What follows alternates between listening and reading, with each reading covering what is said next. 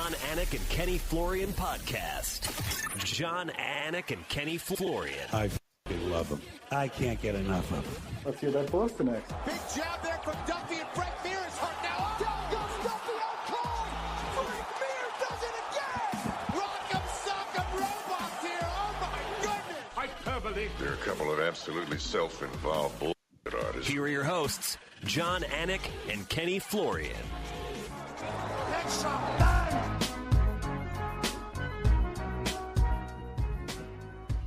Spinning back kick to the body to defend the heavyweight championship. Sorry for the 48-hour delay. Can't tell you what Kenny and I have been doing. Ken Flo was taking pistols from his hip into shooting range and then blasting off targets with an injured shoulder.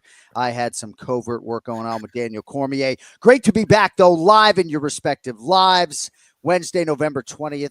The year is 2024. Counting it down, episode 525 of the Anik and Florian podcast. Wherever you may be watching, listening, thank you.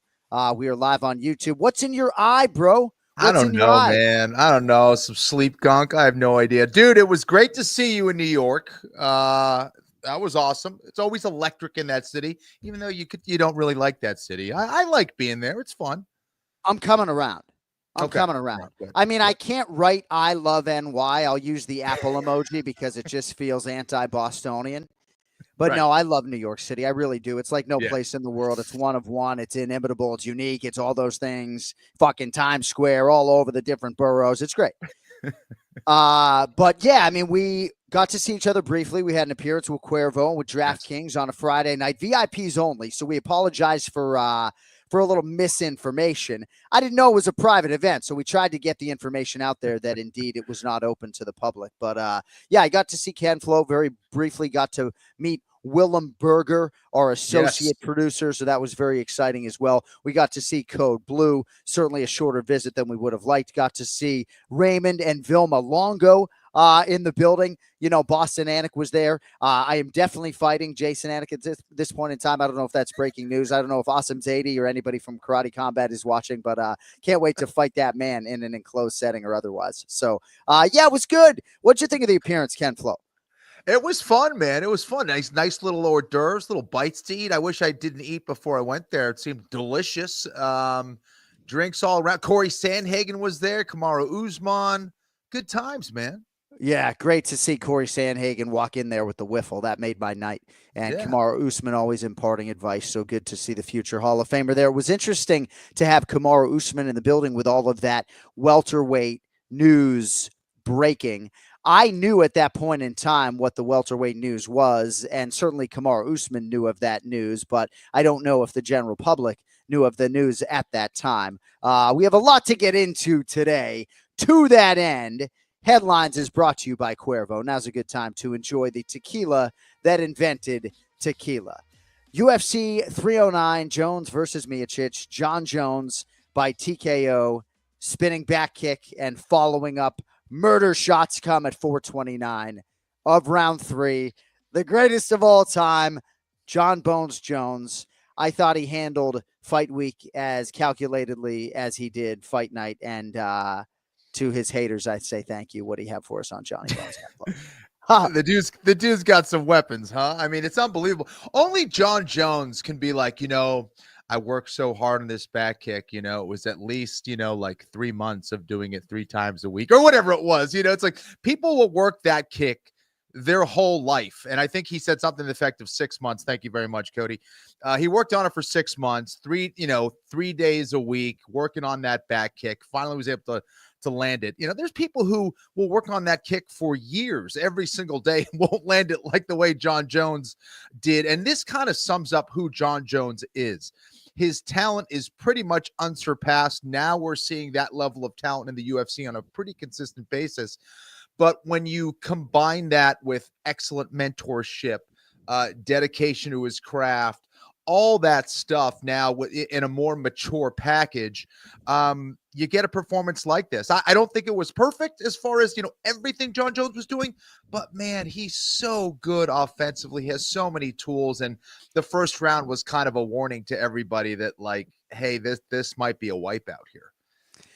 Kenny, like 15 years ago in his mid-20s, he's choking Lyoto Machida unconscious with a standing guillotine and unceremoniously dropping him on the canvas in front of Big John McCarthy. And now here he is at 37 with real estate like this. And if you're audio only, he's got 3 or 4 inches. I mean, you're some kind of Muay Thai fucking practitioner, Ken Flo. I mean, what do you have for us on just this individual strike, the ability to execute it in the moment, all of the repetitions seemingly that preceded executing it in competition, and again, that tiny little bit of real estate that Jon Jones found completely flush?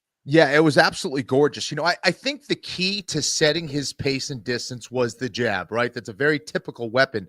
But this just seemed much sharper from Jon Jones. It was landing very cleanly. It was disrupting the advancement of Stipe Miocic.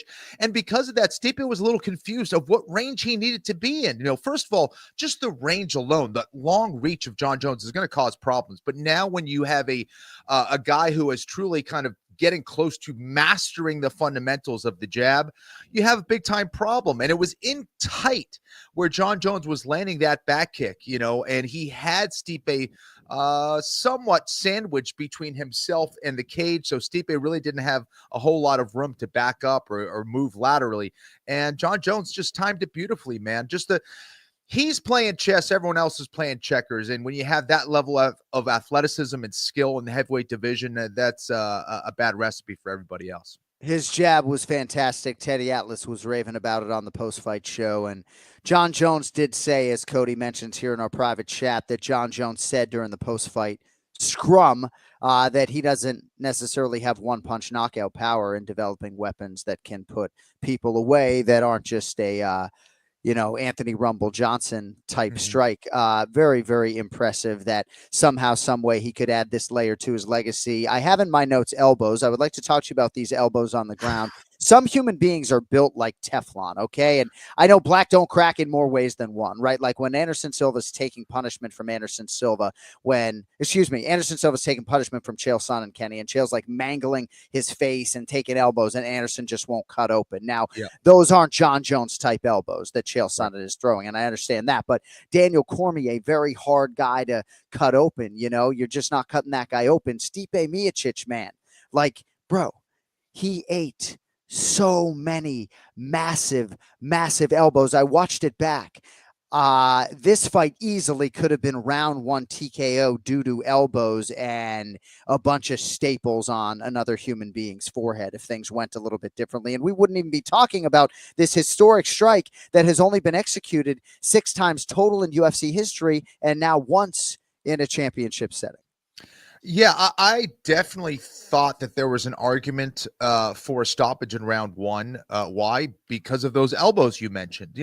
It's one thing to throw chipping elbows. It's quite another thing when you are able to get your body and your weight behind those elbows the way that Jon Jones does. And the speed in which he throws it and how he is accurate with it is just nasty. And it's a testament to the toughness of Stipe Miocic to hang in there.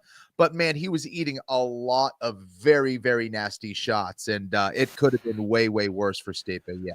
So I don't like when people, fans, pundits, talking heads criticize the athletes. Now, part of that is because it's my job as a promoter to not only humanize these fighters, but also to build them up, to promote them, and to credit them as opposed to discredit them. So let me just say one sentence to you, and you can react to it however you see fit. I thought Stipe Miocic would be more competitive. Mm-hmm. Mm-hmm.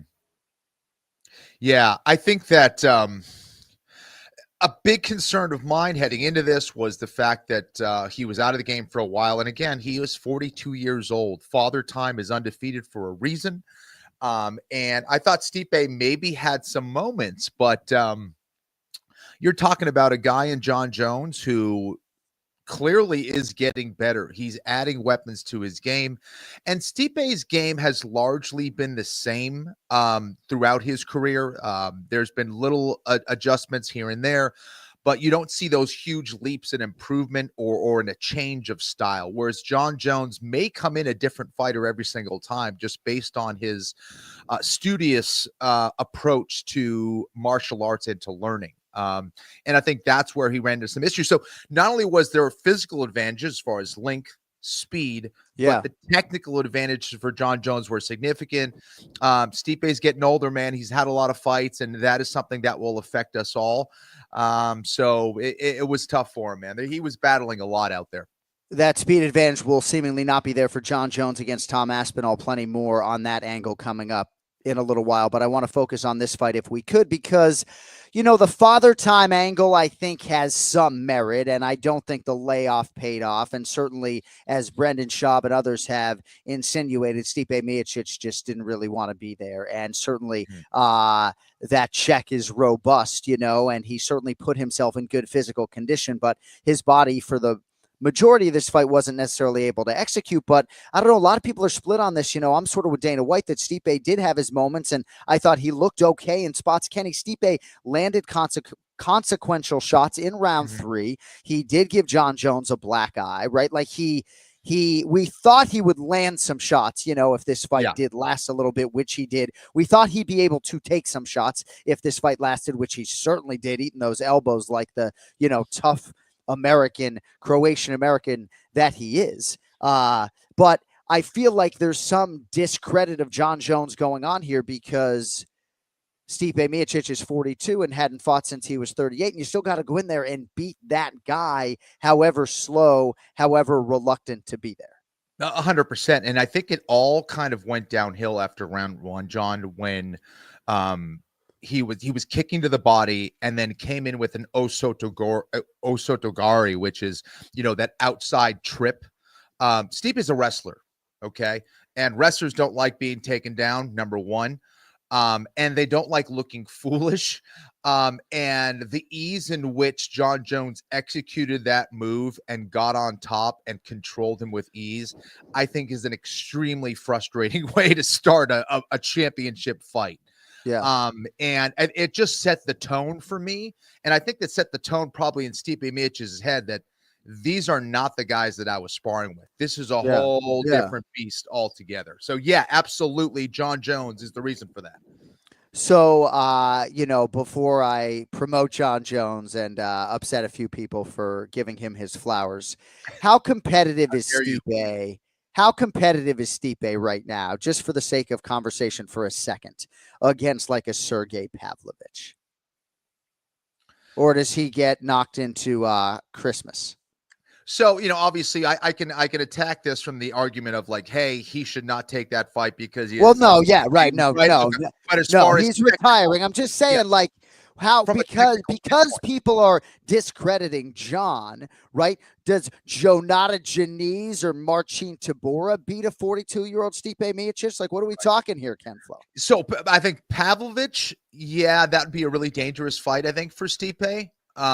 Those other guys you mentioned, probably not. And now, if he was fighting Stipe in his prime, I think it would be a lot different, right? Stipe has a lot of tools as far as takedowns. His speed would be a lot better.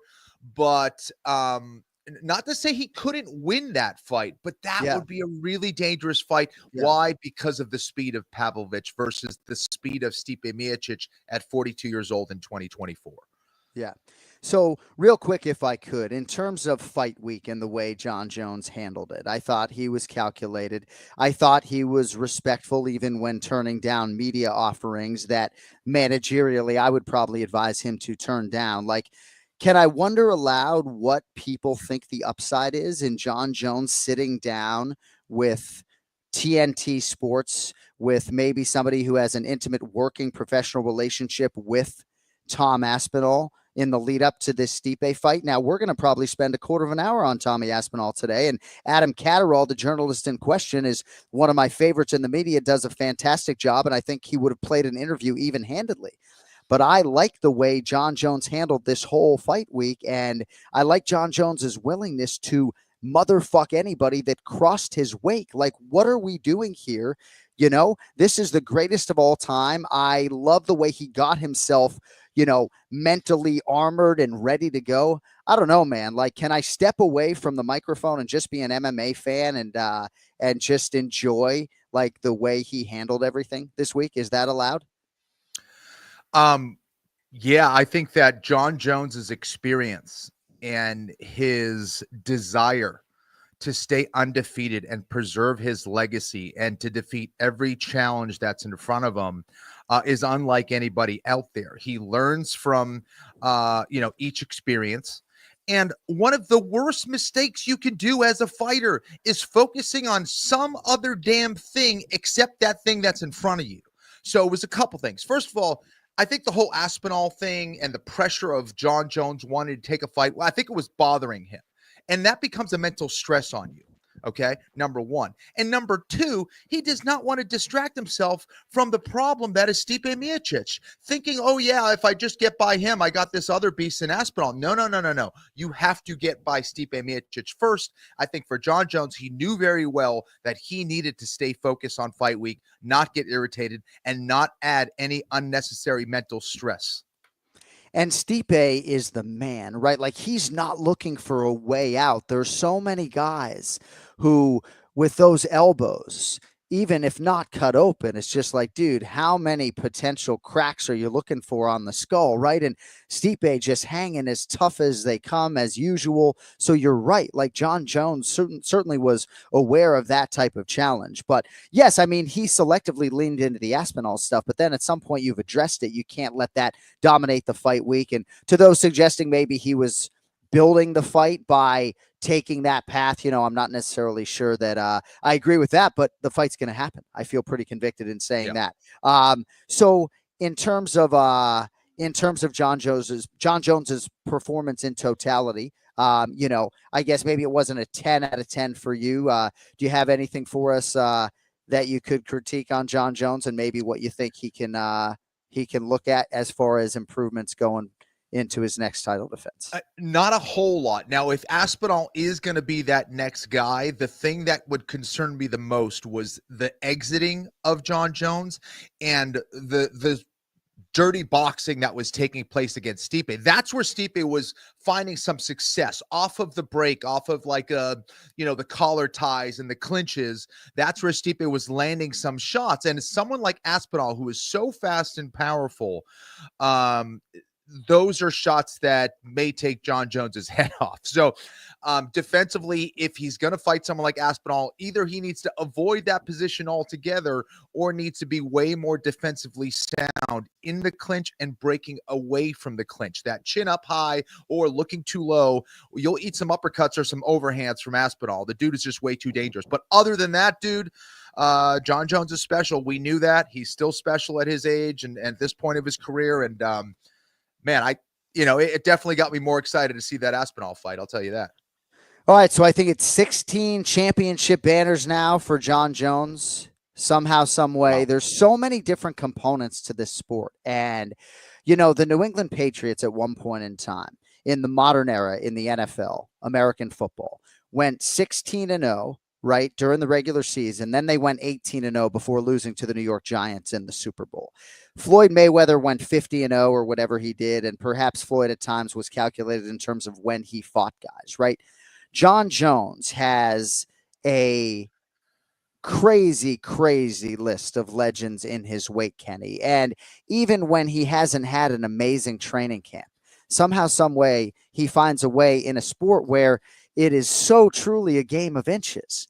And especially now in the heavyweight division, right? Like, Jon Jones could have the best training camp of his life and lose to Tom Aspinall in 1 minute because now he's fighting in heavyweight mixed martial arts, So can we just stop and take a minute and admire this legacy? Kenny, I mean, I'd imagine your Mount Rushmore begins Jon Jones, George St. Pierre, Demetrius Johnson. No? I mean, what are we doing here? No? Yeah, it's pretty much it, man. To have that level of consistency over the different generations of this sport is unheard of. It really is. To keep up with all the guys that are learning from our mistakes from the past and to actually continue improving in this sport, it's a testament to Jon Jones as a competitor, man. Say what you will about him, but this dude, it deserves to be on that Mount Rushmore at this point. And this is a rare thing that we are witnessing. And we probably knew that when he won the championship at the young age of 21 years old. Is that right?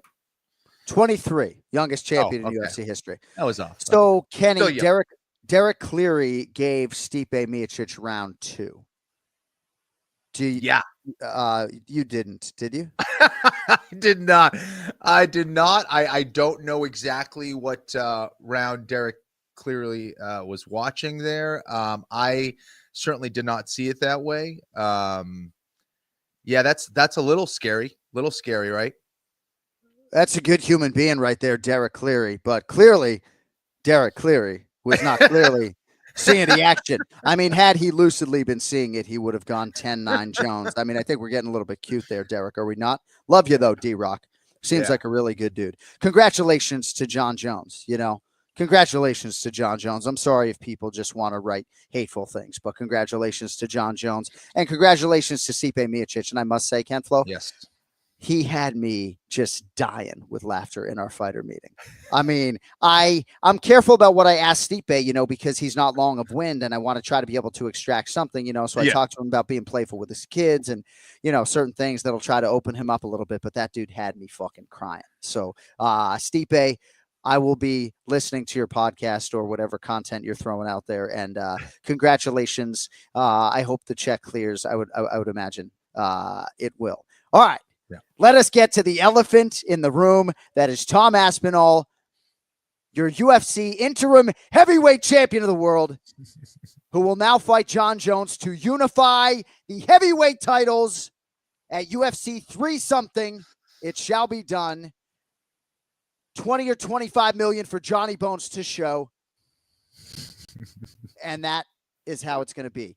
Optimism abounds that we are going to get Jon Jones versus Tom Aspinall. Kenny, Tommy met with the brass. I interviewed Johnny after the fact. I mean, your level of excitement for UFC 3-something, Jones versus Aspinall. It went up. After the performance from Jon Jones, and you use elephant in the room. I would use young lion. This guy is an absolute problem, and I think just his speed and power alone is going to be an issue, perhaps, for Jon Jones. But John's got a lot of different tools, man. We've seen him face so many different styles over the years. But I think this is the fight. It's the fight to either cement Jon Jones as the greatest of all time, or it's the fight to usher in a new generation of champion, a guy who truly, encompasses all the things that you want to see in a heavyweight, right? I mean, everything from, the looks, the size, the speed, the athleticism, his ability to finish you in any way, shape, or form. This is a guy who could have the belt for many, many years. And it's not exactly clear to me who would win that fight. All that stuff combined makes for a pretty amazing fight and probably one of the biggest fights of all time. So I want to see it, man. I want to see it, and I want to see it sometime in early 2025. Well, I don't know if you'll see it early 2025. I'd imagine maybe International Fight Week would be about as ambitious. I wouldn't be surprised if well, I'm not going to say anything else on that, but I want to get back to something that you said before I ask you to, I think you have a dog, if not several, so you might have to put one of those dogs' lives on the line here as we look at an early betting line for Jon Jones and Tom Aspinall. It has bounced around a little bit. I think Tom Aspinall was favored at one point in time within the last 48 hours. Now it's like -110 on both sides. But you talked about a win over Tom Aspinall cementing Jon Jones as the GOAT. And I don't see it that way at all, right? So people are going to denigrate him beating Stipe at 42. Now, I said on the broadcast that this is not the Stipe Miocic that Daniel Cormier beat, but you can only beat the guys in your bracket. If the Carolina Panthers and the New England Patriots are on the schedule, the LA Chargers, you got to go out and beat those teams, Right. So Stipe shows up in Jon Jones's bracket when he's 42. But Daniel Cormier is much more a heavyweight, in my opinion, than Jon Jones is, even though they both made 205. Right now, Joe Rogan would say you're fucking insane. DC's a middleweight, okay? But Jon Jones, Kenny, is not a heavyweight, and he just beat the consensus greatest UFC heavyweight of all time. So now he's got to fucking beat Tommy to be the GOAT. I think it's so 50-50. I just think it's a pick 'em fight. And I think it's a fight that's going to get two-way action. And, you know, I don't want to quote DC too much, but, you know, I think DC would be one who would think it'd be a little crazy that you get Jon Jones at plus 140 against Tom Aspinall, you know, especially given what we saw this past Saturday night. But yeah, Aspinall figures to be the faster guy. He figures to be certainly a popular choice, I think, among a lot of people in the fight game, just given the youth and the speed and the power. But I don't think, you know, I think Jon Jones owes this sport nothing, you know, as far as fighting Tom. You know? I'm with you. Absolutely. And this is why I think Jon is a little bit hesitant or trying to maybe get as much interest in money for this fight, because again, right, if he loses, and I guess it comes down to the way that he would lose against Aspinall, if that does go down, of how that affects his legacy. For some people, it may be like, you know what? I don't care. Jon Jones fought him late in his career. Jon Jones is still the GOAT. I would argue it would affect his legacy significantly if he goes out there and Aspinall starches him in round 1. I think it would get, because the people's perception of Jon Jones is also already kind of jaded because of a myriad of things. Whether that's legit or not, I don't know. But the way that it goes down, I think, could affect how people perceive him in the future. Whether that's legit or not, I don't know. But I think that's why Jon Jones is so careful about taking this fight and when he takes this fight. So if you're saying maybe later on next year, I think that's probably a good thing. Give Jon Jones as much time to prep for this one, and I think we'll see an even better fight because of that. No, I love it. Yeah, I mean, to suggest that a quick knockout loss or even any type of loss, I guess, wouldn't be legacy affecting, I guess, isn't speaking the total truth. But yeah, my appetite for that fight is just healthy. I mean, my number one fight right now would be Dricus du Plessis versus Khamzat Chimaev. I mean, can you imagine? But this is right there, and I do think it's going to happen. I just think when you hear Jon Jones invoke the name Jake Paul, I think it tells you all you need to know, that he just needs 20 or 25 million to show, or whatever his number is, and he's absolutely worth it. And I think they will pay it, and it's all good, and the fight is going to happen. Now, I can understand why Dana doesn't necessarily want to make Jon Jones versus Alex Pereira. But I just sometimes feel like Kenny, George St. Pierre, and Jon Jones are held to a different standard, right? Like, a lot of people are saying, you know, Jon Jones was given an opportunity. And if you do look back at the history, yes, Jon Jones was given an opportunity, right? Because his teammate Rashad Evans, I think, was maybe unable to make the walk. And Jon Jones was given an opportunity at 23. And he really deserved it based upon, I think, what he did in a lot of respects. But I just think it's a little bit asking a lot or lazy to say, you know, that Jon Jones needs to sort of provide this opportunity. I mean, should GSP have stuck around for Robert Whittaker after he came back to beat Michael Bisping? You know, there was some legacy preservation that went on with your teammate George St. Pierre, and I just think he's held to a little bit of a different standard. For sure. And, you know, I wrote about this. I wrote a long article on Twitter about this and talked about this very thing. Jon Jones doesn't need to do anything. He didn't need to take this fight against Stipe. And again, he's been very careful with the things that he's been doing later on in his career, as he should.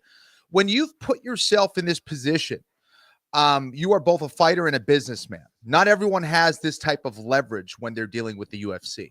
Jon Jones does. He can choose who he fights, when he fights. He's earned it. And yeah, I'm excited to see how it all goes down. And maybe some of the fans, and again, we're just having fun here, right? I mean, I'm in a great mood today, but maybe some of the fans should, you know, thank him for at least some of the transgressions that hurt only himself, because had none of those things happened, right, and the Nike deal hadn't gone away, and I mean, this is a guy who probably left $200 million on the table, if not more, in terms of what he could have done, you know, if there weren't some sort of sidesteps, right? And then if you're, you know, 28-0 or whatever the heck he is, right, then do you stick around and fight Tom Aspinall if your net worth is, you know, $250 million, right? So right.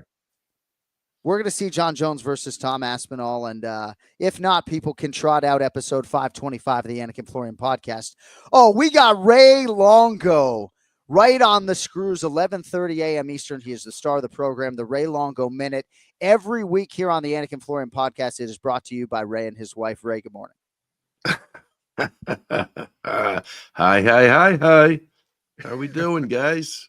Oh, we're doing fucking fantastic on a Wednesday, Ray. It's great to be back home after a week in that dirty championship drought-ridden city. That city was bopping. Are you kidding City me? was awesome. And I got to say, on a Monday night, too, because we had to stay a little bit of extra, to do a little manual labor. And on a Monday night in New York City, it's amazing when nobody's there. No, it's absolutely amazing. I was saying off the top, I absolutely love New York City, almost, I think, as much as my 13-year-old daughter does. I love you, too, man. I'm really sorry about what happened with Chris Weidman. I mean, my gosh. I got to tell you, man. I was getting ready to, go get him to get on the bus. And when he called, I swear I was praying that he was bullshitting. Like, I was like, don't, I'm already nervous. Stop, don't do this. And he's like, no, it's true. And I said, all right, let me come over there. And then we went down there. And I mean, I just actually packed up and kind of went home. I was like, I don't even know what I just did. Thank God we went to the club. I thought I was rented a room in Manhattan and was hanging out for a while. It was like bizarre, but yeah, unfortunately, I hope Eric Anders is all right. You know how that goes. But Weidman was, he was devastated. We all met, and of course it's cliche, but he looked absolutely fantastic in his shakeout and in his, the days leading up that I saw. I think Jeff Jimmo did a great job getting him ready. He looked really, really good. He was on point, mentally and physically, and we'll see what happens. But hey, life in the big city. I don't even know what to say, Ken Flo, right? You're a native New Yorker getting ready to compete at Madison Square Garden. Could or could not be your final fight. I know in some instances, and I'm not trying to direct this conversation, Kenny, I'll get out of your way. I know in some instances when there's a late sickness like this, the other athlete, the ill athlete, feels so badly, right, that if they actually feel well enough to message their opponent themselves, they do before there's any communication almost from another party. And maybe that's not the easiest way to get to somebody when it's this late in the game, right? But it's like, I don't know, man. I know Anders probably feels absolutely horribly, but it's like, you got to get the message to this dude earlier than when you're getting on the bus. I mean, what do we do? Oh, man, it was literally... I was in the bathroom just brushing up. It was right there. Brushing your teeth, your hair. What are we brushing up? I'm brushing everything. My asshole, my fucking hair. Where are we going? What are you, an instigator? Don't I feel bad enough about this?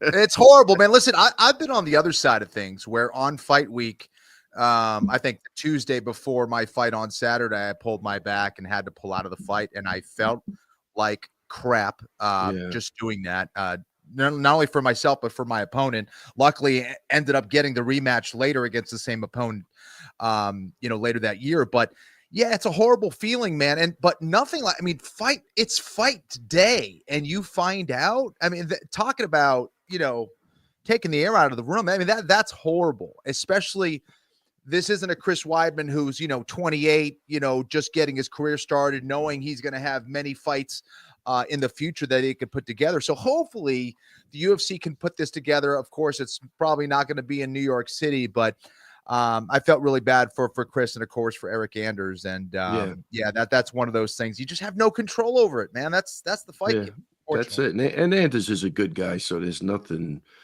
going down that street. He's just a nice guy. So I don't know, but what a weird, it turned out to be a weird weekend.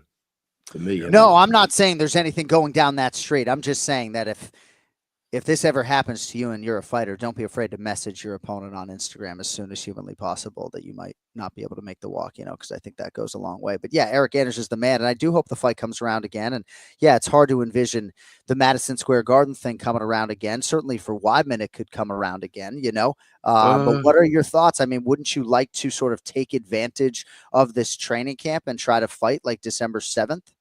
Yeah, I think that's a likely possibility right now. I think that's what we're looking at. Obviously at a catch weight, I don't want to see him doing too much harm to his body. I mean, those weight cuts aren't easy. He's getting older, so that's I'd love to see the same fight at a catchweight for both guys. You know what I mean? Yes, Raymond. Yeah. I mean, what do you need to do to make that happen other than be handsome? Weidman versus Anders, UFC 310 at a catchweight of 197 pounds. What are we doing? Well, I think my handsomeness has gotten him that fight on December 7th, but I'm not sure. There we go. I love it. That's amazing. He loves That's it. Goes, I love it. Finally, this guy's the best. 525 episodes to break some fucking news. Chris Weidman fighting, hopefully Eric Anders catchweight. Maybe 195. I'd prefer 197, but we'll do it at 195 at UFC 310. 100%. So, it was nice to see you and your lovely wife. What a power couple, huh? My God. Oh, yeah. That's she loves everybody. Big fan of Cody. Awesome. She loves the Mero. She's a fan of Cody, huh? Yeah. Well. Does she have any friends? Cody's single, I think. Oh, wow. Oh. Wow. It just stops the conversation. Yeah, I think she's got some friends for Cody. How old is Cody now? It doesn't matter. He don't discriminate. You know, he'll date as young as 23 and as old as I would think 49. Wow. Yeah, we got plenty of. Right, Kenny. I mean, Cody is not. Is 49 too old? Would you date a 49-year-old, Cody? No. How old is Cody? Cody's in his early 30s. I feel like he's 30 or 31, but I tend to like Benjamin Button, the kid. Cody, chime in anytime. Would you date a fucking 49-year-old or not? We're live. Absolutely Jesus not. Christ. You getting the point? Absolutely not. Absolutely not. Have you seen some of those 49-year-olds, Cody? Have you seen some of those 49-year-olds? Well, Right, I have. And you wouldn't date them. We're not talking about Not marrying. again. We're talking about dating. Not again. Not Not again. again. So, all right. So that's enough on that. So yes, no, I feel really badly for Chris, and to quickly acknowledge all the people who come to see these athletes, right? Who plan a weekend around it and spend thousands of dollars, and then it's like, oh, well, we're still going to go to UFC 309. In fact, we're already 3 drinks deep, and we're literally a rock's throw from Madison Square Garden, right? And so, yeah, it's just an inconvenient truth of the fight game, you know. Yeah, and I think he was excited to fight in front of the incoming president. I don't know if he knew he was when he was coming in, but right. The big hoopla, John. The first guy he says hello to is who, Kenny? Who's he go over to? Joe Rogan's security detail, which is me. Right? The only Democrat in the garden. He went right over. That's what a nice guy is. No, really? Did he really? He went right over, hugged John. Oh, I think he shook John's hand, but Rogan got a big hug, man. He sucked him right in there. Why Crazy. do people try to sort of, pin me politically? I'm registered independent if you really want to know. Yeah. Oh, no. But anyway, we have fun with this stuff. It is funny, right? Because Trump, and if you're audio only, you won't see this gesture, but arms out to the side. Trump's like, hey, right now, him reuniting with Joe Rogan after the election was going to be a big moment because Joe Rogan, if you don't know, I think was pivotal, if not instrumental, in 100%, John. Reelected, right? So their reunion, okay, I'm sorry, Ray, if I'm saying something that's very simple, okay? But for those that don't know, the reunion between those two was going to be something, right? But obviously I am between Trump and Joe. So, but it was just funny how he sticks his arms out to the side, and so somebody asked me like, hey, John, that that reaction was for Joe and not you. And it's like, yes, Sebastian, I understand that 47's reaction was not for me, but I will say whatever you want about him, right? But what my observations are just like how the connection between him and his sons, right? And how his sons are just warmly going over and making sure that, their dad, who's creeping on 80, is doing okay physically. And, at one point, just like rubbing his back or whatever. So I saw that familial connection. That was an observation. And after he connects with Joe Rogan, it would be so easy. And I can't tell you how many executives walk right the fuck past me, or celebrities, right? This dude stops and shakes my hand again out of respect. So take that for what it's worth, Well, he has said you're his favorite commentator, buddy. So most A-listers really couldn't give a rip about me, and he has always been very respectful. So I was pulling for press secretary for this guy. You think he'd be great up there? Get up I there. just don't know how to make that happen. I swear to you, I said to somebody within my very close inner circle within the last 72 hours that I wish I knew who to talk to try to see if Trump would consider making me his press secretary. think Or you'd be at least awesome. now I understand how woefully underqualified I am in certain respects, but I do have a bachelor's degree in political journalism. I did write a senior thesis on how the media undermines American democracy. And I feel like I can orate in a way that maybe could step around some of my weaknesses. Wow. So That doesn't sound like Hey. a MAGA endorsement, Kenny. Nothing does. Well, John is quick on the mic. He's quick. He's awesome. He'd be the perfect guy. He knows how. I mean, I think that's a good fit. Yeah. well, Trump, do it. I mean, I've always wanted to like work for a team, you know? Right. Like it sounds amazing to work for like the UFC or to work for the Boston Celtics.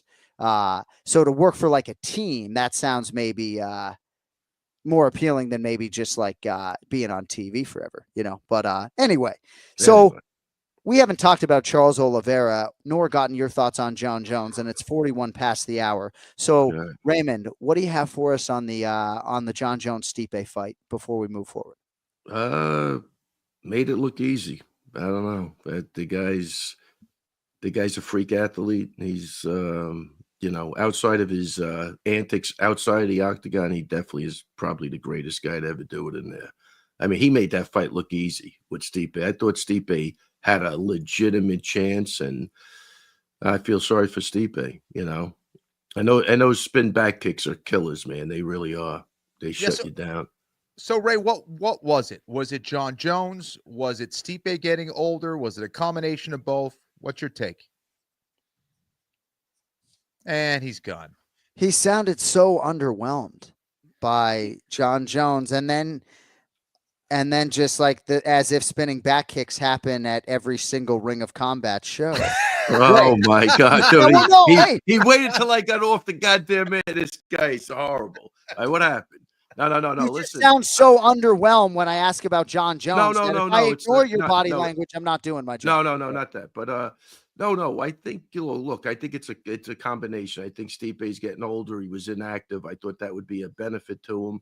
And that first round was horrendous. So I mean, was it the first round? That took everything out of him, and then he slowly declined, or is the other guy just that good where? He took Stipe down with that old schoolyard trip. That's crazy. So, no, hats off to him, man. He did good. He embraced the moment. I think he, it was a good thing at the end of the day. But Ray, if you're just looking at the martial arts, right? His jab looked outstanding. You mentioned the schoolyard trip, and then he's got 3.5 to 4 inches of real estate on Stipe's side. Stipe lowered his guard. Like if you watch it back, Stipe actually defensively lowered his guard, and Jon Jones still got his whole heel in there. And it's okay, right? Like if people don't want to celebrate it because of past transgressions, right? But I'm just saying, like a lot of what we talked about before you went on is just a lot of the masses want to discredit Jon Jones's win, either because Stipe's 42 or because of things he's done in the past. So that's not what I'm here for necessarily. But when I ask you about Jon Jones, your body language is kind of telling, and I think it does dovetail a little bit with mass sentiment.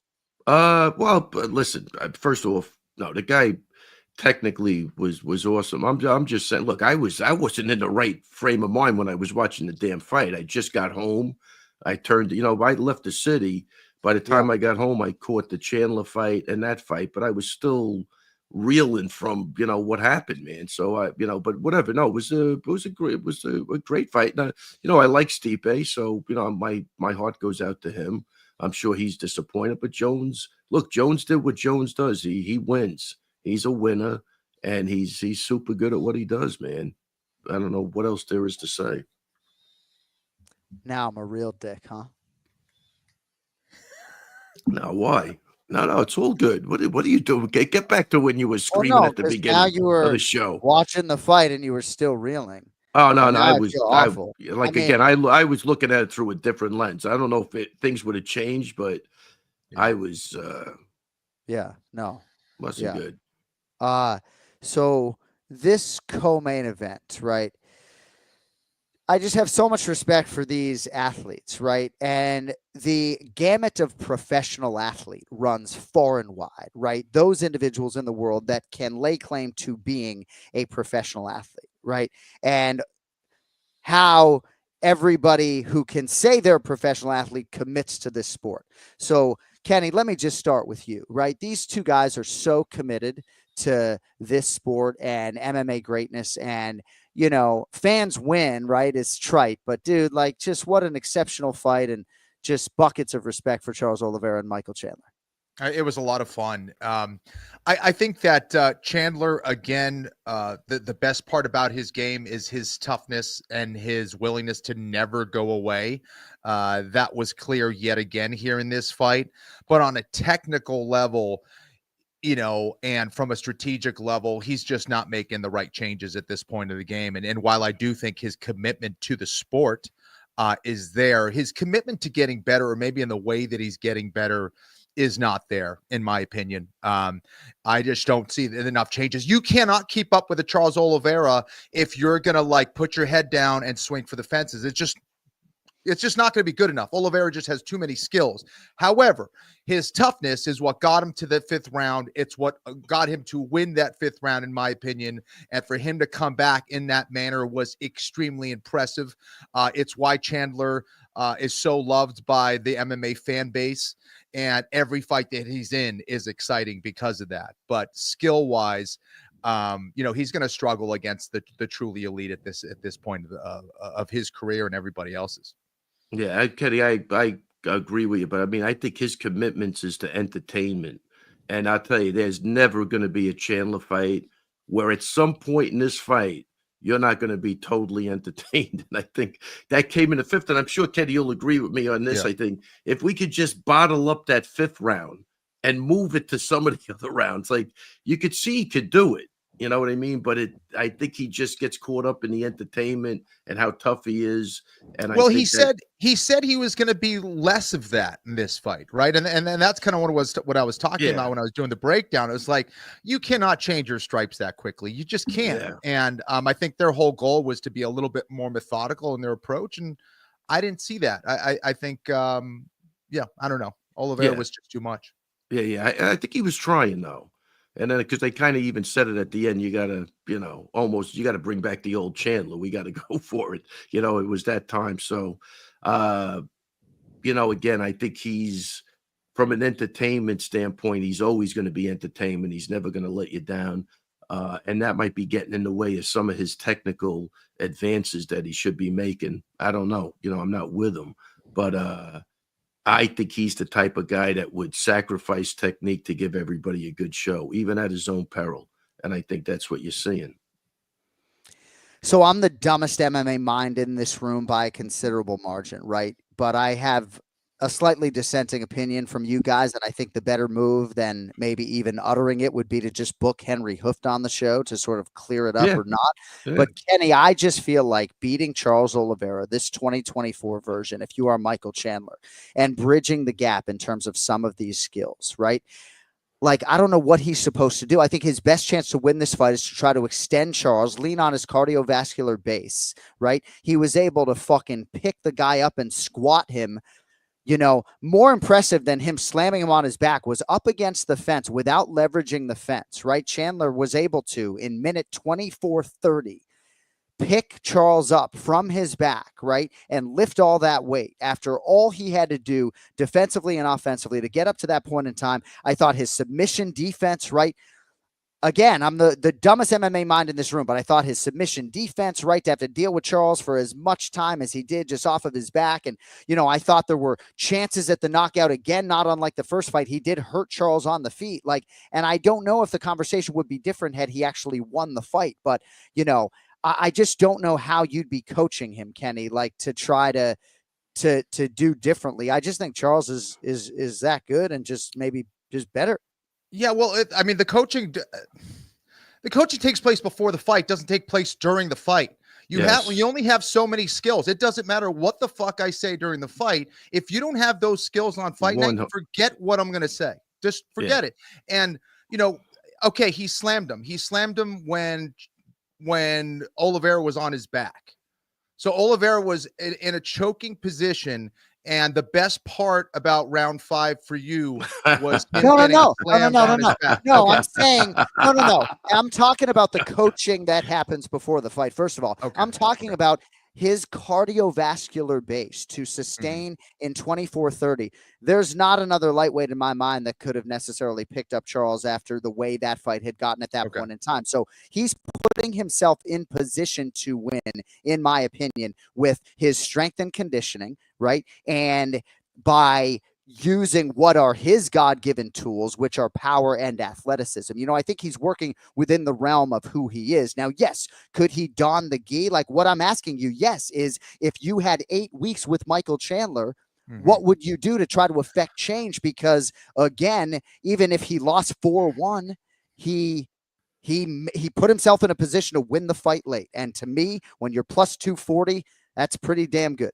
No, dude, and listen, it's impressive from a conditioning standpoint, but there's a reason why CrossFitters don't do MMA either, right? I mean, it's like, okay, yes, let's do that, but also, what are you doing skill-wise? What are you doing strategically to allow you to win that fight? And he was clearly overwhelmed. You can't be dropping your hands and dropping your head and throwing overhead bombs in 2024, and certainly not against guys like Oliveira. He's just too damn good, and I think defensively, for him to survive in a lot of those spots, yes, his toughness was leading the way, no question. But that's been the mark of Chandler throughout his career, and the fact that he can still do that is impressive as hell. I think a lot of lesser fighters would have been finished by Oliveira by probably round 3, and because of that, he's an absolute stud. But from a skills perspective, he was overwhelmed by Oliveira. Yeah, look, I think both of you are really right in so many things. But again, I think even when he was on his back, and John, I agree with you, just to do that. But I think Kenny was leading you down another path, but not that it was technically that's what I'm saying, Kenny. He chose those big moments knowing that it probably wasn't going to get him nothing but applause from the fans of what he was doing. It was hysterical. He was picking up. It was like a WWE match, when the guy's going to win and he's dragging him across the ring and then he bombs him instead of dealing with it the right way and maybe making something happen. I think that's maybe a good example of what he did. He went for the entertainment value, and I think he got it. You know what I mean? I'm not saying it was technically correct, but for me at that stage, like, again, I was looking through it differently. I thought it was hysterical what he was doing. And it does take a lot of strength and perseverance to get into that 5th round. So he's got the qualities. They just got to hone him in and, see if they could get him to do a couple of different things. But yeah, 8 weeks isn't an amount of time to even do anything, John. I would say that's a year away. But he had nothing training, if not time, right? So yeah. I'm saying if you were going to try to put him in a position where in like a title eliminator type setting that he would be more of a point fighter, maybe. I'm just asking, would the focus be striking defense, right? Would that, and it sounds like that would be a big part of it, I'm just and even striking offense, it's like I think, and this is what I'm sure we'll get to Bo Nickel, but you can't throw one shot and expect to be effective every single time. And I think he wasn't putting together combinations. It was just kind of winging shots, hoping that they land. And right. That's what.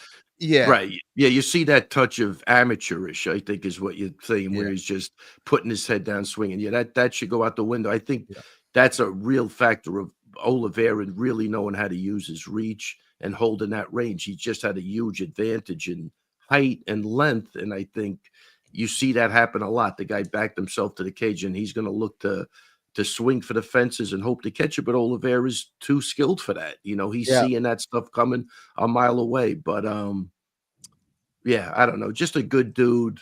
Again, I think, entertainment wise, he's never going to disappoint you. But I would like to see him technically, get a little better in certain areas that he's struggling in. Ray, how much more time do you have? I got some time. Okay. 15 minutes. Oh, that's amazing. That's amazing. We'll throw a little extra in the kitty next month. Kenny, Charles Oliveira.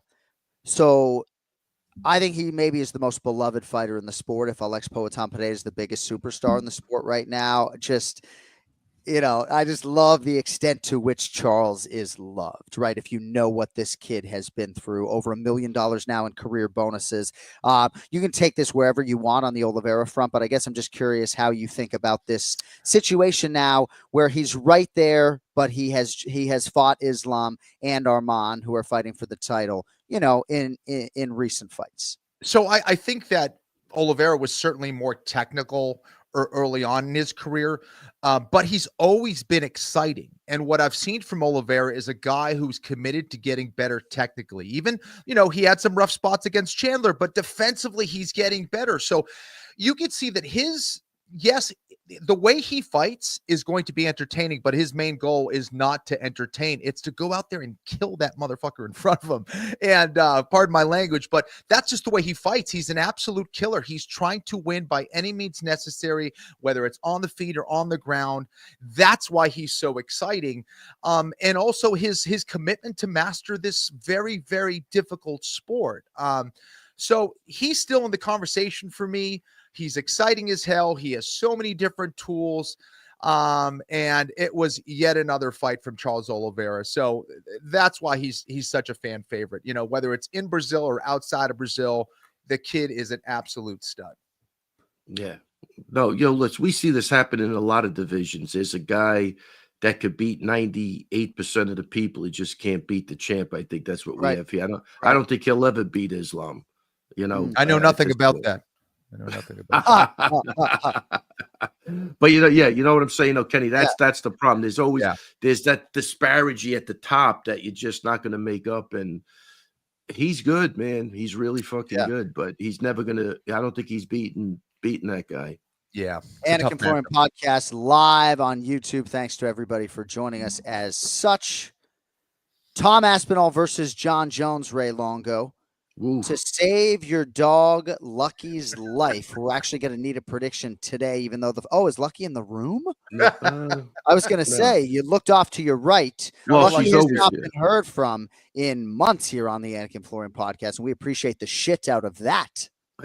I think it's because I wasn't feeding her first. Now I feed her first, and she's fine. There you go. So to save Lucky's life, right, you have to get your ticket from the sportsbook today. Tom Aspinall versus Jon Jones. Who do you love?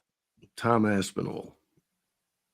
Okay, you can expand upon that for our audience or not. I think that's the fight to make. It's let it go in the other direction where an older guy's fighting a younger guy. You know what I mean? So we'll see how that works out. But I like Tom Aspinall. He's on fire right now. He's blowing through everybody, and he's got the size, the strength, the athleticism, the youth. Yeah. And the desire and the hunger as to where he is. So I think that's a lot going for him. Whereas Jon is a great, talented fighter, but he's, looking at the tail end of his career, and we'll see what happens. But go ahead, Kenny. Sorry. Well, I will say this, right? From a skills perspective, size, athleticism, all that stuff, Aspinall is going to be a damn problem. Yeah. The difference is I have yet to see Aspinall encounter that much adversity in a fight. He goes out there and just destroys everybody. I'm waiting for that Alexander Gustafsson, Jon Jones type fight from Aspinall. Then we'll find out what Aspinall is. And if Jon Jones can make it that kind of a fight and test that dog for the very first time in the UFC anyway, I don't know about his fights outside the UFC. That's where things get interesting. That's where we find out who Tommy Aspinall is. But I want to see that fight, man. Fight. I just want to see the fight. But you're bringing up a great point. That's a really, really solid point. Like we hadn't had to see him dig down in the trenches and do anything, and Jones has, and he does find a way to win, and he finds a way to hang in there or whatever it is. He's just, he's looking good. But that's literally the fight to make more than the Pereira fight. Yeah. Jones really doesn't look the part of natural heavyweight to me, which certainly is a handicapping angle in the fight. Kenny, if you had to place a bet on that fight today, do you care to be put on the spot like Ray or no? Don't do it, Johnny.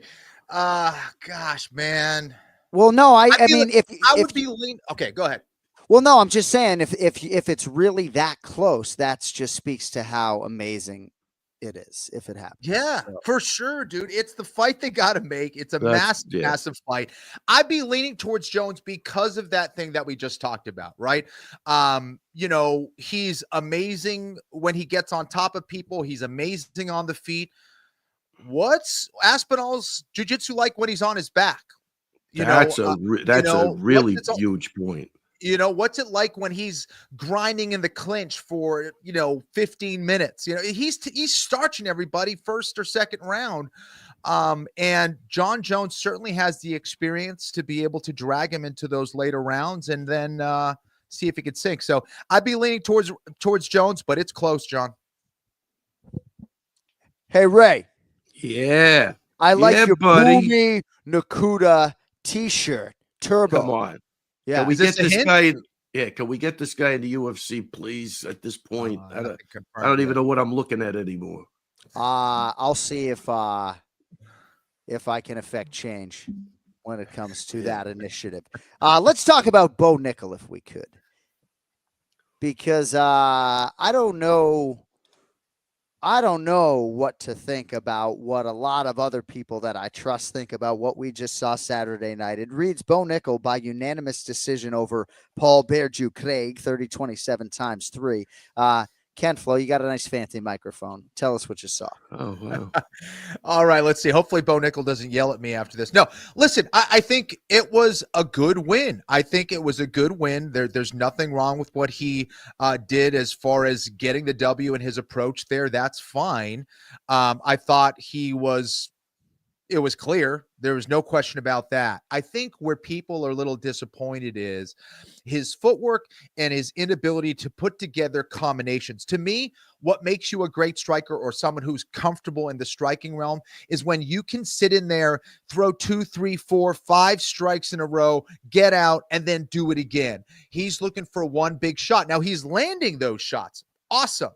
But I was also a little, I was kind of scratching my head a little bit that Bo Nickal didn't try to take Paul Craig down. And, you could talk about Paul Craig's arm locks and his triangles and all that stuff. Listen, it's very easy to nullify those things positionally. Bo Nickal is a tremendous wrestler. I would have liked to seen him try to get things going on the ground as well. Maybe he just felt he was so dominant on the feet he didn't need to. But I was looking for more development on the striking, and I also wanted to see him initiate some ground stuff against Paul Craig. And I didn't see that. But, hey, not every fight's going to be perfect. A win is a win in the UFC, and it's not easy to do. Yeah, and I'm gonna side with Bo Nickal on this. I think he's made it pretty clear he wants to work his way up and grow as he's on the job. I don't know why anybody is pushing back on this kid. He's not out there. He's not braggadocio and talking shit and I could kill everybody. He's kind of telling you what he's doing.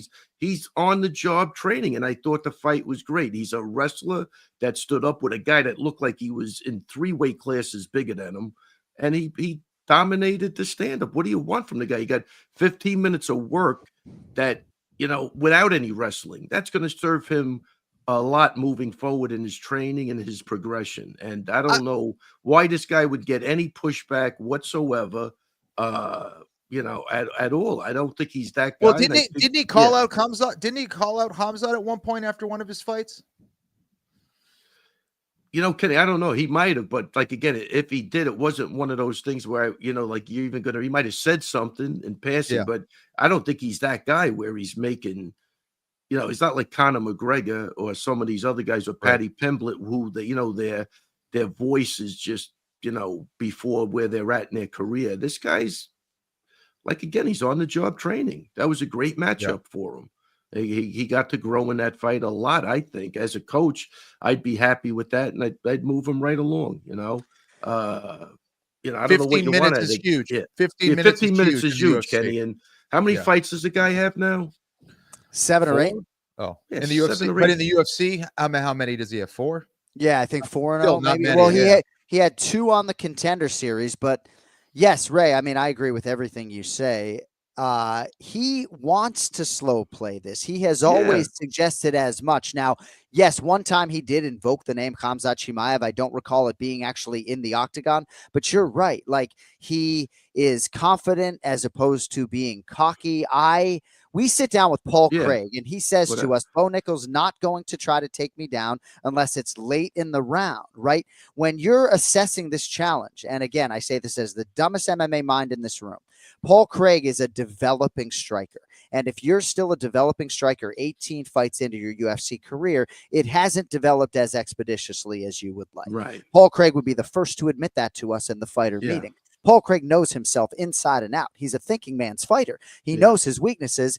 And I do believe that Bo Nickal wanted the striking minutes against a guy who he felt was a grossly inferior 100%. striker. And we're sitting there, and maybe some of the narrative becomes with some of these social media posts that it's 1-1. And I'm thinking, like, what is going on here? And then the crowd's chanting overrated. And then, you know, I don't even know what I'm watching, right? And then I know DC did inject the name Khamzat on the broadcast, and I know maybe Bo took issue with that. And there's a lot to sort of unpack here. But man, Ray, we could not be more aligned. I know we don't always agree, but Kenny, I want to give you the last word on this.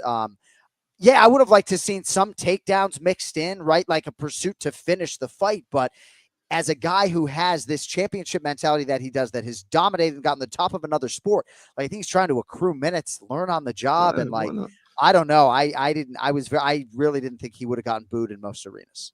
Yeah. And I'll tell you, let me just say one thing, Kenny, before you go. And as a coach, you want that. That was a perfect time to practice your stand-up. You don't get those opportunities in the UFC. Boxing, you get it your first 18, 19, 20 fights. But in MMA, you could be thrown in there with a killer in your fourth fight. You don't have the ability to grow. So I think he took the opportunity to grow with his stand-up and just get the feel. It's a lot about feeling and what's coming back at you. And you know, a lot of different things. You know, we know he could take the guy down. You know, I don't know if he could, but we assume he could. And he did. I really think he had a very smart fight, and I think it was a growing fight for him. And I think people got to lay off this guy. He's like, again, just let him do his thing. He's going to get there, and he will be a champion someday. Yeah, no, and I think that you know, for Bo, he's not necessarily the guy who's talking trash at all. I 100% agree with you.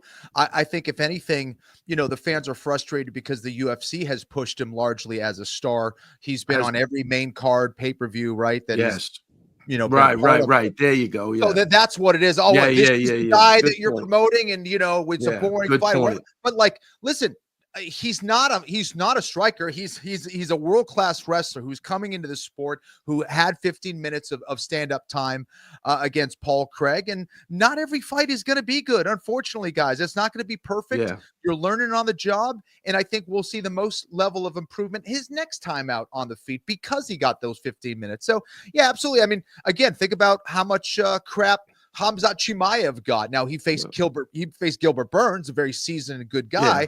But, you know, Khamzat has been no stranger to criticism as well. And now look where he's at. Yeah, look, like, again, here's a guy. Look, he's just not that guy. Look, he dominates his first Contender Series fight, and they make him come back again. He's willing to do that. He's not bitching. He's not moaning.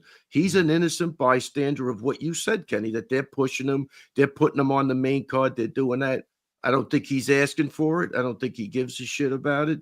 But he's an innocent bystander by that. I mean, you're talking about a guy who dominated his Contender Series fight, and they made him come back, and he was perfectly fine with that. So cut the guy some slack, man. But, dude, like I am fighter first, and criticize me if you will. But like, is he not also sort of an innocent bystander that like Mauricio Rufy, who is in that Bo Nickal pay-per-view opening traditional slot, right? Wasn't able to finish Hamas Yan top, and then Karini Silva underwhelms, you know, and is not in shape enough to do what maybe promotionally they thought she might be able to do against Viviane Araújo on pay-per-view, and the pay-per-view starts in a pedestrian way, and then they're chanting overrated for Bo Nickal. And yeah, I mean, I understand. For me as a fan of MMA, I want to see like a high amplitude. I guess that's the wrong phraseology, but I want to see a high impact Bo Nickal takedown at Madison Square Garden if I'm an MMA fan. So maybe we feel shortchanged as far as that is concerned. But I think like what in terms of the matchmaking, real quick, I know we got to get to Brian Petrie, but Cody mentioned like Bo Nickal versus Joe Pyfer, which sounds absolutely insane. But Kenny, I guess if I go to you first, like when you see some of the guys in the top 15, like, you know, DC and I were talking about this in a very spirited way on Monday.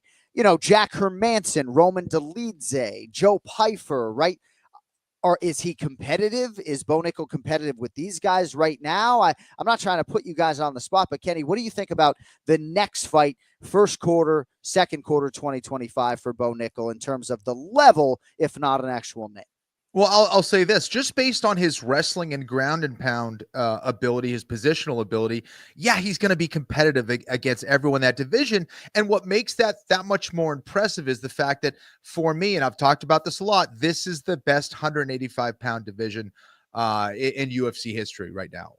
And I think for him to be a part of this division at this standpoint and to have people talking about him, only a few fights into his UFC career, that is a great thing. And if he continues to develop, continues to get this level of experience, he's going to be a problem and could be a champion in the future still. So I'm still bullish on Bo Nickel and expect big things from him. But, like you were talking about, Ray, he's taking the right fights to get him there. Not 100%. Every fight has to be a championship fight. He just does not have that many fights, and it's going to take him more time, even though he's a world-class athlete. Man, Kenny, you don't have the opportunity to pick your opponents. Like that's a perfect fight if you were like in the boxing framework. All right, let's give him a guy just to test him a little bit. Yes. Then we'll test him a little bit again. You don't always get those opportunities. I say he took advantage of an opportunity like this and came out on the plus side of that for sure. Yeah. Hey, you're the man. We appreciate the extended time. Anything else for us on UFC 309 before we let you fly? Two things. Let me just say, I did an interview with Teddy Atlas. If anybody gets to see it, I think it was great. Yes, man, Teddy knocked it out of the park. I thought he did a great job. He came down to the gym. We shot the shit for like an hour, and I think it was I think it's really worth listening to. I tried to tell a couple of old stories you might not have heard before, and really shout out to Teddy Atlas for giving me the opportunity to even sit down with him. The guy's an absolute legend, and I think a better human being at this point. He's got going to a foundation event for him tomorrow night where he helps underprivileged people a lot. So I think he's using his platform in the right way, and that means a lot to me, which my problem is when people have a platform and they don't use it the right way. I just think that's horrible. And so that's it. If you get a chance, look at that interview. I don't know if they pushed it out. Can I just direct people to that real quick? Oh, yeah, if you could. I don't even know. The ESPN MMA YouTube page, and I will say, people are coming up to me left and right about how excellent that was between you two. Yeah. So thank you, really John. is something that people need to go watch on the ESPN MMA YouTube page. Was there anything else, Raymond? One other thing, man. I ran into that kid, Michael Musumeci. Oh, yeah. The jiu-jitsu player. What a great kid. Congratulations for him to getting in. I mean, I met him. Yeah. You could see he's got like what a nice kid. He told me I think his dad was originally from Brooklyn. I go, well, that's a stretch with that last name. But he's a great kid. And I just want to, I only got to speak to him for like 5 seconds, but congratulations on being the first guy to be signed to that type of deal. And I think he's not going to disappoint the kids. The kids, obviously, Kenny, his jiu-jitsu he's on another level. You always get those guys. So shout out to him. And that was it. It was great catching up with you guys that weekend. As much as it was a bummer at the end, it was great seeing you guys out. And that's it, man. I think we made the best of what we had there. It was great. All right, buddy. We'll have a great rest of the week. We appreciate your time, especially on a hump day. And we'll talk to you real soon. Hey, happy Thanksgiving. We're off next week, so enjoy the holiday. We're off. Yeah. Yes. Can we have like a Zoom Thanksgiving dinner together? Maybe we all just Zoom in, watch each other eat. Maybe. I'll see you guys later. Take care. Bye. See you, Ray. Would I just say it? No response from John. Thanks, Ray. We'd like to congratulate the other winners, UFC 309, Marcus McGee in the featured prelim, Jim Miller getting it done with the guillotine, David Onama, Marcin Tybura, the Bronx's own Ramiz Brahimaj getting the bonus and a huge knockout, Oban Elliott. How about the Welsh gangster, 3-0, all on numbered cards this year? Maybe the rookie of the year, is it Carlos Prates or somebody else? And Eduardo Mura getting it done against Veronica Hardy in the opener. All right, we go 3 wide yet again. We welcome in Big Gun Brian Petrie as we spin it forward, but not before referencing one thing that Ray Longo said there on the way out. So, Brian, I don't know where you were on Friday night, but the rest of our Anik and Florian podcast team, for the most part, was together at an event. Now, I did not stick around for Jake Paul versus Mike Tyson, but that was shown on the televisions, and I did have it on as I was prepping my UFC 309 scripts. Mm-hmm. So Ray was sort of just saying on the way out that, no, it was a good night except for the way it ended, which maybe suggests to me that he had some expectation for Mike Tyson, Jake Paul that was grander than what we actually saw. Did you watch this on Friday night, Brian? Yeah, Cody's saying my mic's hot. Hopefully it's not as hot for you boys here. Because, when I'm on a mic, it's hot, Cody. Listen, yes, I did watch it. And it was sad, man. Listen, I didn't expect a lot out of Tyson. He's 60, but walking to the cage and seeing the knee brace, and he tripped a little bit. He kind of didn't look like he knew where he was at. It looked like a lost grandpa. And then you go in there and then I have been complimenting your Jake Paul, and I'm thinking he's going to finish this guy. Go out there and finish this. And then he's saying, I held my punches back because why am I hurting this guy? Because you're getting paid $40 million and it's a boxing match. You should go out there. This is the handpick opponent. You should fucking want to hurt him. So I hate the excuses afterwards. Now they're just shoveling the numbers out. It was on Netflix. It's going to do well, but it was sad to watch. I did watch it, unfortunately, and I was pretty bummed out. Kenny, Jake Paul's post-fight interview with Ariel Helwani was suggestive that there was some pre-fight agreement that there would be no knockout. I was maybe naive and ignorant going in. I think there were a lot of rumblings to take the over, which cashed with relative ease. Nice. What do you have for us, Kenny, on the fight that really wasn't? Yeah, well, I guess I'll talk about, the feed itself, right? I mean, I was giving ESPN some flack about it. And Netflix, you knew what these numbers were going to do. Come on, you can't do a good feed. Like, it was awful. It was like watching, a Nintendo video game back in the early 90s at times. And it was bad, dude. Like, come on, man, get it together. It's a big fight. So, yeah, that was trouble. And again, I think Brian makes a really good point. These guys are getting paid big money. People are gambling on on this fight as well. So what are we doing here? But, yeah, I didn't have high hopes for Tyson at 58 years old. I did think his best bet was to do something in round one. He tried. I thought he landed some good shots, especially in round one. After that, he was pretty gassed as kind of I think a lot of us expected. So, yeah. One more thing, John, the commentary was driving me nuts. Roy Jones and Morello are arguing over why Tyson's biting his glove. Roy Jones like, it's his mouthpiece for 3 rounds. And Morello's like, no, dude, I watched him fight. He does this. And Roy Jones like, nah, something's wrong with his mouthpiece. I know Mike. And then finally they get the question at the end. It was the fact that he's just like, hey, yeah, I bite my glove. I do that.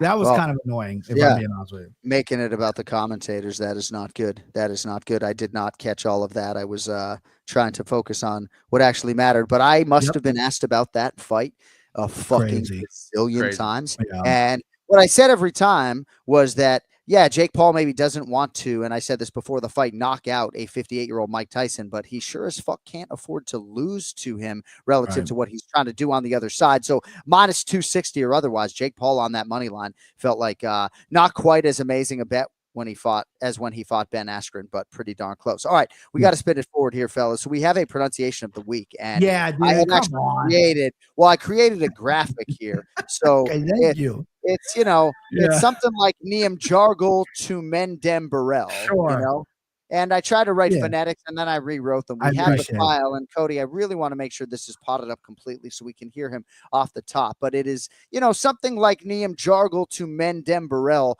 Bride, do you want to give it a gander before we hear this man say it? Yeah, for the people at home, John sends emails out very detailed about what the show's going to be, blah, blah, blah. Then he hits me while I'm at work about 2 hours ago going, oh, yeah, by the way, here's this name with every fucking letter in the alphabet that you're going to try to pronounce. So, I have done tape study on this guy, and I know it's not pronounced N. I believe it's Yam Jargar Temerdemberel. Bro. So are you asking for more prep time for the pronunciation? No. I love it because I'm saying, like, you see what I'm saying? I'm at work. I check my phone and I get that separate email about what it's going to be. And I see this fucking name and I go, usually it's a Brazilian name that I'm going to butcher. I mean, this thing is crazy. Because, like, you don't get money for getting these correct. No. But I know. I like fucking up because it's funny. People always banging on me for going to the airport too early, and I try to tell them, it's like, you don't get paid like a bunch of money if you can get to the gate or get to the airport. Like, I'm an early airport guy. It's the amount of time beforehand to waste the least amount of time. So anyway, I am Jargle to Mendem Burrell, right? So this guy's fighting fucking Carlos Hernandez, thank God, right? You know, Yeah, it's an like easy somebody one. whose name you can pronounce. But I'm thinking about, you know, when you're talking like 5 or 6 syllables and, oh, nice jab by Tumendemberel. I mean, Right. I don't know if this dude's got a fucking nickname. We do Yeah, have does he? his file. So let's hear from this budding flyweight how to pronounce his name. You guys hear anything? No. I did not. I'm in. Where's my producer? Cody, where are you, buddy? Oh, Jargal Tumendemberel. Nyam Jargal Tumendemberel. tough. Yeah. Right. His nickname is Sure. Harder Than Knockout, too. So it's not like an easy nickname that's the rip off either. Cody, give me that name one more time if you'd be so kind. Nyam Jargal Tumendemberel. Yam Jargal to Mender. I don't know. Niam Jargal That's to Mendemberel. We're not picking his fight, gentlemen. We're picking 4 on the main card. UFC Fight Night, Yan versus Figueiredo. Galaxy Arena, Macau, China, 6 a.m. Eastern for the main card coming up this weekend. Light heavyweight division, Carlos Ulberg, minus 245, Volkan Oezdemir, plus 200. So, BP, we'll start with you here. Yeah. Ulberg has reeled off 6 straight wins since dropping that UFC debut to Kennedy in Zechiku. Oezdemir, criminally underappreciated. Go look Sure. at the body of work, right? Best form of his career, 2 straight finishes. I think he's on the cusp of big things. He's an underdog, obviously, this weekend. He's 35. Ulberg's 34. Big fight here at 205 BP. Which way you going? Great fight at 205. And you're right. Oezdemir had a little bit there. He had a little lull. He's back now. And this is a guy you can't fucking sleep on because he ain't got no time. You know what I mean? That motherfucker knocked you out. He got no time. And Ulberg, Johnny, you know, whenever I call someone good looking, you throw a pause at me. This guy's pretty fucking handsome. What do you say there, bub?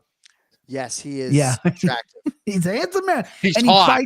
He's hot, and he fights really well, too. I mean, he's gotten better since the Contender Series. He came out of the Contender Series as Izzy's guy. He's getting handed a contract, and he's proven he had one stumble in the UFC, but that first round, he landed over 100 strikes. He just gassed out. He's got skills, and he's the best camp possible for not a natural born. I've been doing that mixed martial arts since I was 10. He did rugby. He's at the best camp possible. Eugene Berriman at City Kickboxing, they turn these athletes into monster fighters, and that's what he is. Oezdemir at the number, though, right? You know, I like playing numbers. I like the dogs. I chase dogs.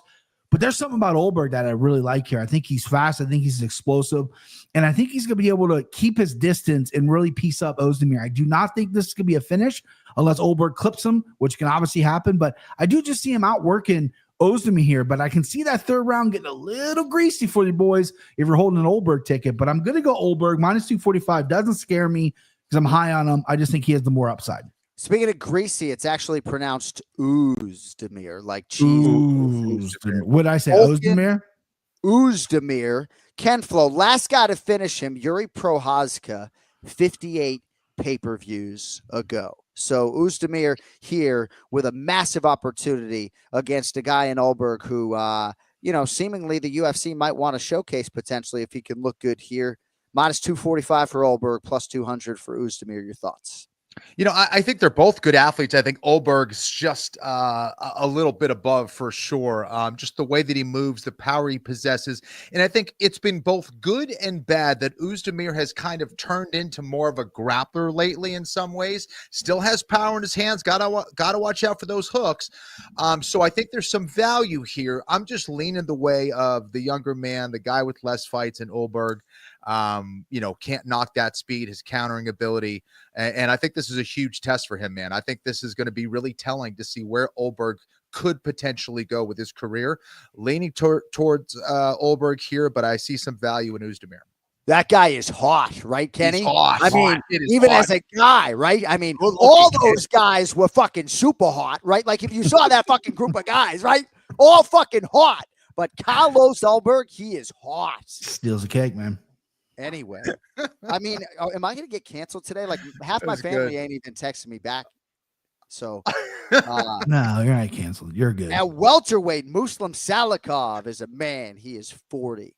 He's also the minus 192 betting favorite against Song Kanan, who is plus 160. Brian, again, we'll leave with you here if we could. Salikov 7-4 in the UFC after a split decision win over Santiago Ponzinibbio back in July. Began the year with a knockout loss at the hands of Rude Boy Randy Brown. On the other side, pretty similar UFC record. Song Kanon 6-4, pretty underrated as well. He had a recent win over Ricky Glenn. That was at UFC 305 in Perth. BP, take it away. I don't do the sound bites too much, but I got to hit one right now. Hello? Okay, this is Dog. That's his dog, baby. I can't believe Song Kanon is a plus 160 underdog here. Muslim Salikov is a little bit cooked for me. Listen, the guy's got some kicks. He can knock you out, but his cardio is slowing down. He's getting older. And I just don't think he has great defense when it comes to good boxers. When you watch the Leech pieced him up on the feet. And that's what Song Kanon can do. He can piece you up on the feet with that long range weapon. You're hanging plus 160. I mean, young Cody Mero texted me this weekend and said, yo, these point spreads on Draftkings are dope. Plus 3.5 is what Song Kanon is going to be, which just means for the people at home, if he wins the fight, you cash. And if he wins a round when it goes to the decision, you cash as well. That's going to be plus money or close to even money. You hammer that. You hammer down on plus 160, maybe even touch him by knockout. I love Song Kanon here. And it's in China. Forget about it, dude. That's my dog lock. I'm locking him up for eternity. And I'm going to put some money on him, boys. Put money on him, Kenny, so buckle up. Nice. Ken Flo, if you look at Song Kanon, the assassin's strength of schedule, he's held up pretty well in a UFC career that I think could only be described as underappreciated. Plus 160 next to his name, taking on Muslim Salikov, who's minus 192. Your thoughts? I could see why BP likes Song. The guy's really durable. I think he's a decent striker. My concern for Song Kanon is his lack of volume. Doesn't throw a whole lot at times. Sometimes, it's this kind of deliberate pace. And against Salikov, you kind of have to get him to work to tire him out that much more. And, you look at the experience on the feet for Salikov, I don't see him having so much of a trouble with the striking of Kanon. Listen, the guy's had almost close to 200 kickboxing fights at a certain point. That's insane. But that also means he's had a lot of fights. So watch out for your chin against someone like Kanon. So I'm still leaning the way of Salikov, but I think Kanon might be a juicy underdog, but I'm sticking with Muslim Salikov.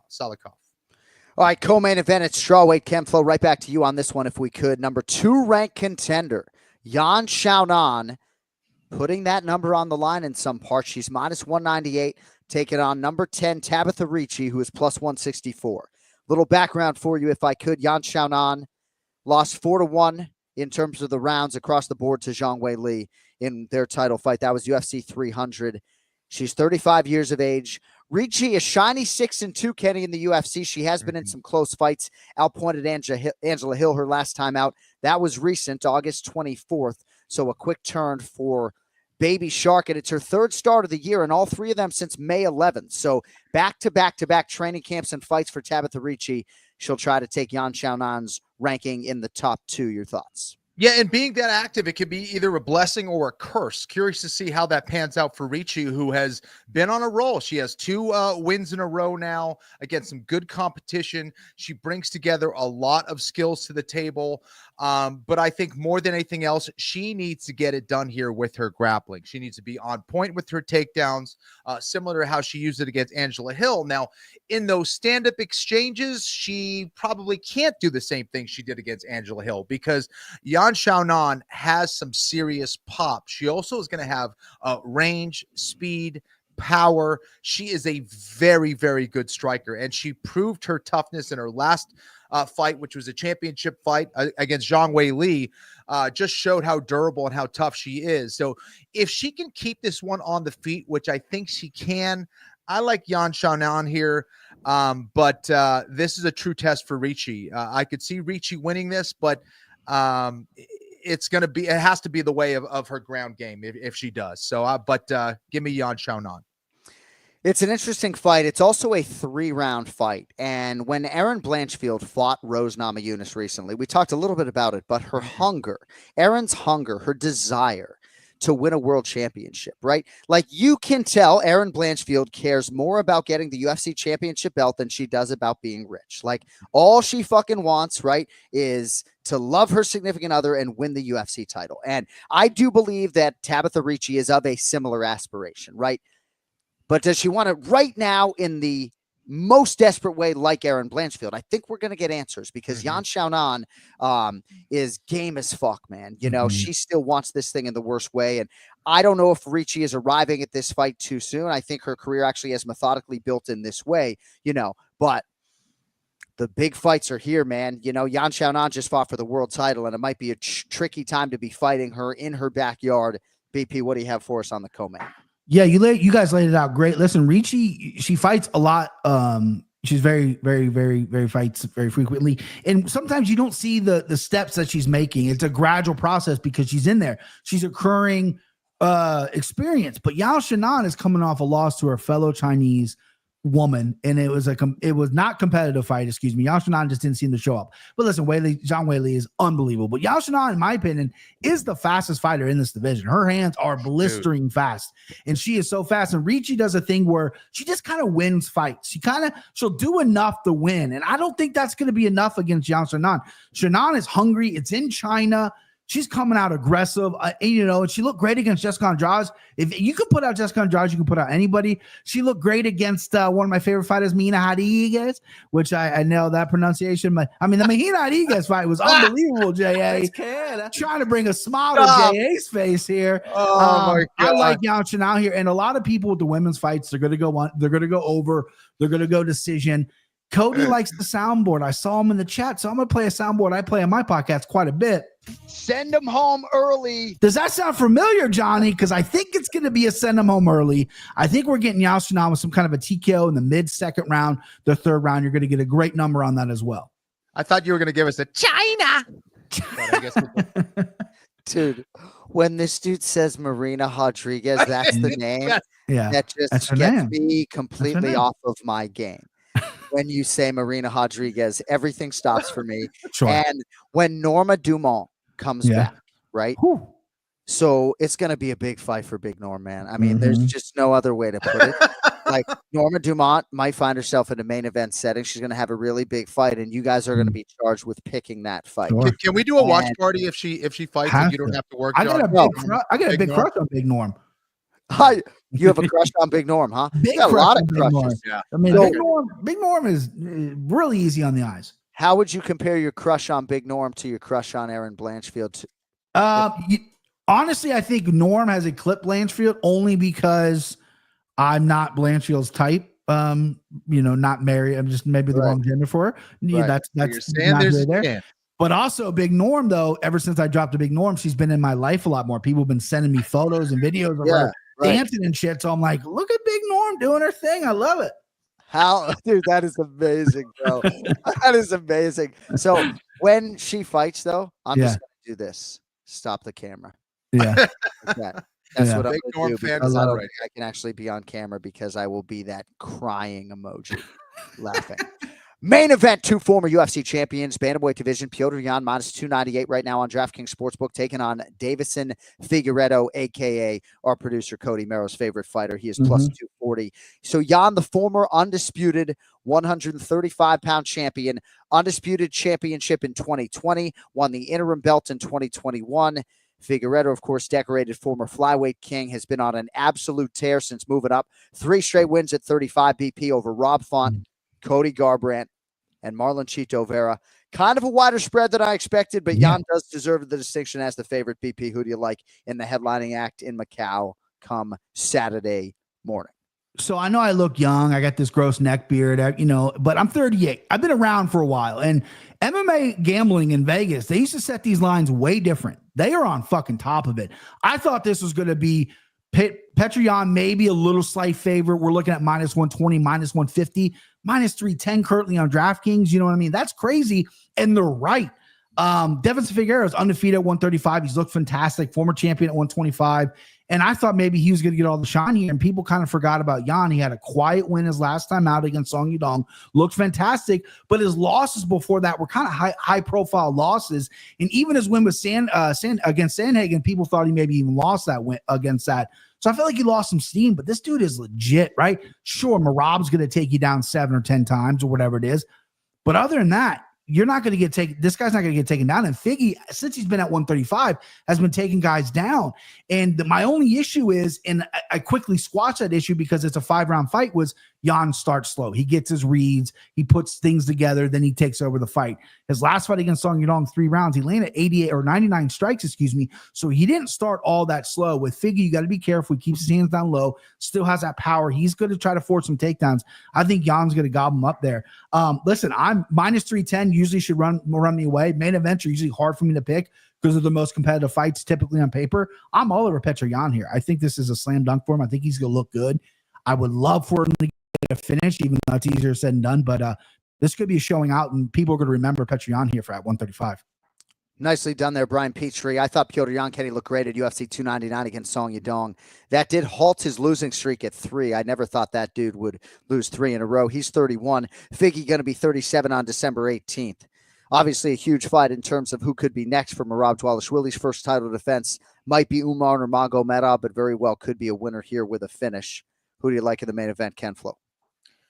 Yeah, so this is going to be a great fight. I think what is going to serve Petr Yan well was the fact that Deveison Figueiredo, since I've seen him in the last few fights, and this is typically how he fights, is he also is not really a huge volume type of guy. And like Brian was talking about, he's been utilizing his takedowns a lot more, it seems, in this division. I think mainly to conserve his energy and also for tactical reasons, of course. But I think that's going to be difficult to do against someone like Petr Yan, who I think can match him in the power department. And while Yan looked much better in round 1 against Song Yadong, he was getting taken down. He had to scramble back to his feet. It wasn't his best round. Petr Yan always gets better as the fight goes on. This is, I think going to be the case here. I like the fact that this is a 5-round main event. I think that will help him here.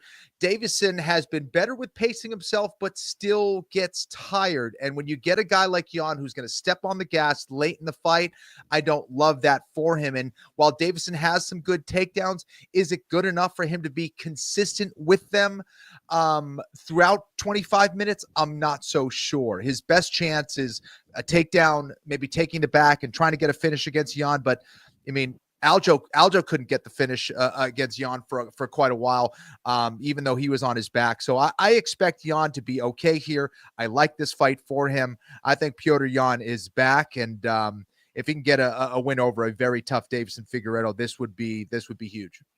I can just hear Jason Anik being like, dude, Petr Yan is so good. Like, I'm just going to tie him to all of my NFL bets this weekend because, like, can you imagine? Like, waking up Sunday morning, Petr Yan's lost 4 or 5. Like, it's not happening. It's just not happening. It's not. So, I can't all right, we'll that. see what happens.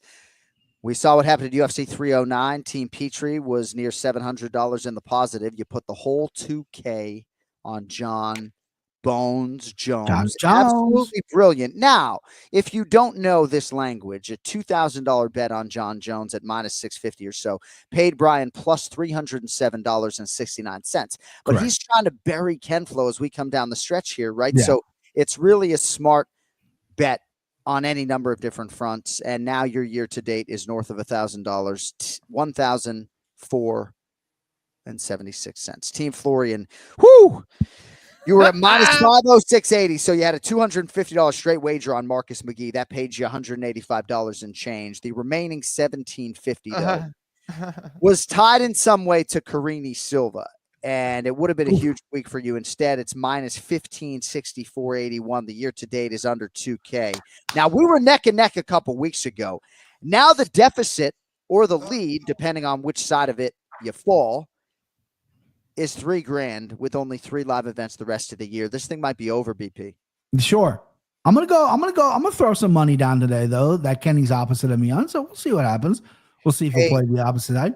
Ken Flo, I'm gonna play television producer for a second. Can you give me 15 seconds though on Carini Silva? Because I don't know if maybe she just doesn't realize what the UFC thinks of her, but like, how are you not in the best shape of your life for that fight? Carini Silva, what happened? You broke me. You freaking broke me. Yeah, listen, she's so talented, man. And you're right. Physically, she did not look the same. And now that could be indicative of some kind of injury coming into this, or maybe she's getting complacent and didn't work hard. Whatever it is, I don't know. It was very unfortunate. This was a fight she should have won. Not to take anything away from Araujo. She's a good fighter. She's tough.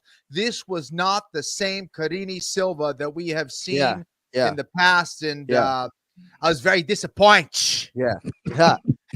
Daniel Evangelista, Viviane Araujo's coach. That whole team deserves a lot of credit for what they're doing in that nation's capital for sure. But Karine Silva potentially not ready for prime time there. All right. Place your bets brought to you by JohnAnik.com, where you can get all of your Anik and Florian podcast merchandise at 15% off with promo code One More Sleep. Also can check out our MSG design commemorating UFC 309. All right, BP, the floor is yours. You have $1,000 for UFC Fight Night. Yan versus Figueiredo. Yeah, so I was thinking about doing some parlays, but that's Kenny's game. Kenny's the parlay guy. You know what I mean? He's coming one short, two short, but he's the parlay guy. Give me 500 on Song Kanong at plus 160. Probably the most money I put on an underdog this year, maybe ever. Really confident in that spot. And I really like, for the listeners out there, plus 3.5 as well. Point spread on DraftKings Sportsbook. Great number you're going to get. It's not out yet, but it's going to be a great number. And then I like 500 on Yan. 500 on Petr Yan. Petr. I say Petra. I messed it up. Petr. Yan down on too, Brian. So you got to be specific. That's true. And by the way, Brian Petrie's getting minus 298 for Petr Yan. Oh, even better. I sent out. Kempflo, what do you have for us? $1,000 UFC Fight Night. Yan versus Figueiredo. And will you be awake, Kempflo, at 6 a.m. Eastern watching this pick? Probably not. No, actually, I will.